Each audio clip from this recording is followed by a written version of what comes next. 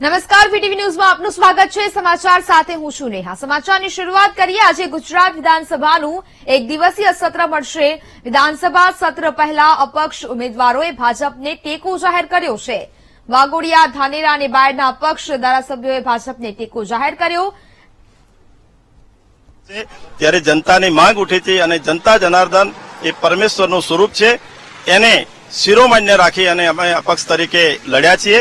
પણ છેકથી અમારા સંસ્કારો, અમારું કામ એ ભારતીય જનતા પાર્ટી સાથે હતું। ત્યારે અમારી વિચારધારા પણ ભારતીય જનતા પાર્ટીની હતી। ત્યારે આ તબક્કે અમે ભારતીય જનતા પાર્ટીને સમર્થન જાહેર કર્યું। સસ્પેન્ડ પણ કર્યા છે ભારતીય જનતા પાર્ટીમાંથી, તો હવે કેવી રીતે તમે અંદર કરશો? કારણ કે ભારતીય જનતા પાર્ટી કહી રહી છે કે વિદ્રોહ કરનારાને પાછા નહીં લઈએ। એ પાર્ટીનો વિષય છે।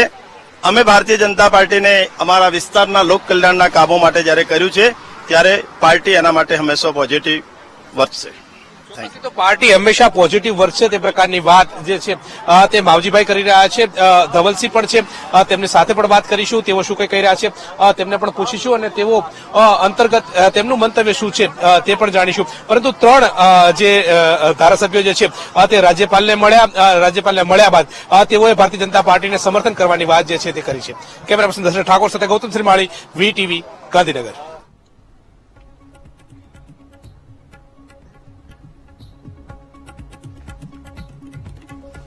તો રાજ્યપાલ આચાર્ય દેવવ્રતની મુલાકાત લઈને અપક્ષ ધારાસભ્યોએ જાહેર ટેકો કર્યો છે। રાજ્યપાલની મુલાકાત લેવામાં આવીને ત્યારબાદ પક્ષના જે ઉમેદવાર જે છે તે આપણી સાથે છે। શું કહેશો, શા માટે હવે ભારતીય જનતા પાર્ટી જોઈન કરવી પડી? કારણ કે ભારતીય જનતા પાર્ટી સાથે તો વિદ્રોહ કરવામાં આવ્યો હતો। ભારતીય જનતા પાર્ટી સાથે કોઈ વિદ્રોહ કરવામાં આવ્યો નથી। જ્યારથી પણ અમે સમજતા થયા ત્યારથી ભારતીય જનતા પાર્ટી સાથે જ કામ કર્યું છે। પ્રજાની ઈચ્છા હતી, પ્રજાનો જનમત હતો કે ભાઈ ચૂંટણી લડવી જોઈએ તમારે, અને લડી અને અમે પાછું ભારતીય જનતા પાર્ટીને પ્રજાના વિકાસના કામો સારી રીતે થઈ શકે અને માનનીય મોદી સાહેબ, અમિત શાહ સાહેબ અને ભૂપેન્દ્ર પટેલ સાહેબના પ્રજાલક્ષી જે કાર્યો છે એનાથી પ્રેરિત થઈને આજે અમે ભારતીય જનતા પાર્ટીની સરકારને ટેકો આપ્યો છે। 2022ની અંદર મેન્ડેટ તો તમને ના મળ્યું, એટલા માટે અપક્ષમાંથી ચૂંટણી લડ્યા। આજે રાજ્યપાલને મળીને ટેકો જાહેર કરી રહ્યા છો, આવું કેમ? આ કરવા પાછળનું માત્ર કારણ એટલું છે કે પ્રજાના હિતોના કામ સારી રીતે થઈ શકે। અપક્ષમાં રહીને પ્રજાના હિતો માટે કામ ના થઈ શકે, કારણ કે પ્રજાએ તમને ચૂંટ્યા છે। અને પ્રજાના હિતોના કામ અપક્ષમાં પણ રહીને થઈ જ શકતા હોય છે, પણ જ્યારે અમુક એવા મુદ્દાઓ હોય, નાની મોટી બીજી સરળતાથી તમારું કામ થઈ શકતું હોય છે।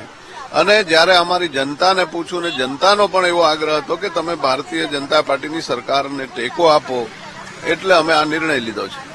તો ધવલસિંહ ઝાલા પણ છે। ધવલસિંહ, શા માટે આજે રાજ્યપાલને મળ્યા? રાજ્યપાલને મળીને શું રજૂઆત કરવામાં આવી, શું કહેશો? અમે રાજ્યપાલ શ્રીને અમારા જનમત લીધો, અમારા કાર્યકર્તાઓને પૂછ્યું। કાર્યકર્તાઓનું કહેવું એમ હતું કે ભાઈ સરકારની સાથે રહીને તમે કામ કરશો તો વધારે પ્રજાકીય કામ થઈ શકશે। સરકારની અંદર રહીને તમારે કામ કરવાની વિચારધારા પણ અમારી ભારતીય જનતા પાર્ટીની હતી।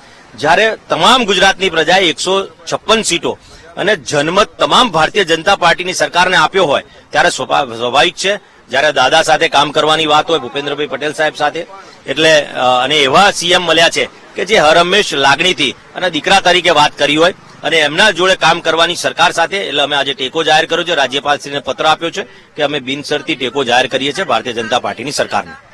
પરંતુ આપ અપક્ષમાંથી ચૂંટાયા છો અને અપક્ષમાંથી ભારતીય જનતા પાર્ટીએ મેન્ડેટ ના આપ્યું, ત્યારે તમે અપક્ષમાં ગયા અને અપક્ષમાંથી ચૂંટાયા છો। અપક્ષમાંથી તમને લોકોએ પસંદ કર્યા છે, હવે ભારતીય જનતા પાર્ટી જોઈન કરી રહ્યા છો, કેવી રીતે જોઈન કરશો? સરકાર અને સંગઠનની સાથે રહેશો, કારણ કે સંગઠને તો આપને બરતરફ કર્યા છે। ઇલેક્શન પહેલાની વાત કંઈક અલગ હતી, સંગઠન સાથે અમે જોડાયા છીએ। ભૂતકાળમાં પણ વિચારધારા ભારતીય જનતા પાર્ટીની છે અમારી, અને જે રાષ્ટ્રહિતની વાત હોય ત્યારે ભારતીય જનતા પાર્ટી હોય અને રાષ્ટ્રહિત માટે કંઈ પણ કરવાનું થતું હોય, માનનીય વડાપ્રધાન નરેન્દ્રભાઈ મોદી સાહેબના નેતૃત્વમાં કામ કરવાનો મોકો મળતો હોય, તો અમિતભાઈ શાહ સાહેબના નેતૃત્વમાં કામ કરવાનો મોકો મળતો હોય તો સ્વાભાવિક છે કે એ મોકો છોડવો ના જોઈએ।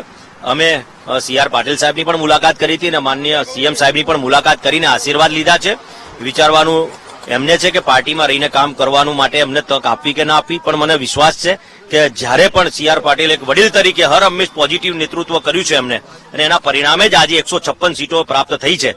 એટલે સ્વાભાવિક છે કે અમે આજે સરકારને ટેકો આપ્યો છે અને આવનારા દિવસોની અંદર પાર્ટી સાથે જોડાઈને ત્રણેય ધારાસભ્યોનો ટેકો કેવી રીતે રહેશે? સરકારની અંદર ટેકો રહેશે, સંગઠનમાં કેવા પ્રકારની ભૂમિકા રહેશે, કેવા પ્રકારની વાત કરી છે?